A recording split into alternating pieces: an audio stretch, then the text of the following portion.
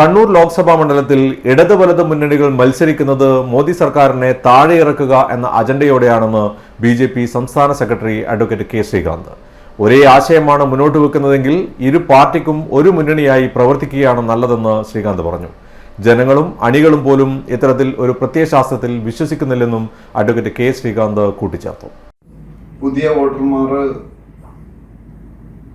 എൻ.ഡി.എക്ക് അനുകൂലമായിട്ട് മോദിജിയുടെ വികസന നയങ്ങൾ ആകർഷിതരായിട്ട് കണ്ണൂരിലെ വികസനത്തിന് വേണ്ടി അവർ വോട്ട് ചെയ്യാൻ തയ്യാറായിട്ടുണ്ട്. മതന്യൂനപക്ഷങ്ങൾ സാധാരണഗതിയിൽ ബി.ജെ.പിക്ക് എതിരായിട്ടാണ് നിന്നിരുതെങ്കിൽ ഇത്തവണ അതിലും മാറ്റം വന്നിട്ടുണ്ട്. പ്രത്യേകിച്ച് ക്രിസ്ത്യൻ സമൂഹം ഇത്തവണ കണ്ണൂരിലും എൻ.ഡി.എക്ക് അനുകൂലമായിട്ട് ചിന്തിക്കുന്നുണ്ട്. കഴിഞ്ഞ ലോക്സഭയില് ശബരിമല വിഷയം കൊണ്ട് അയ്യപ്പ ഭക്തന്മാർ, ആ അയ്യപ്പ വിശ്വാസികൾ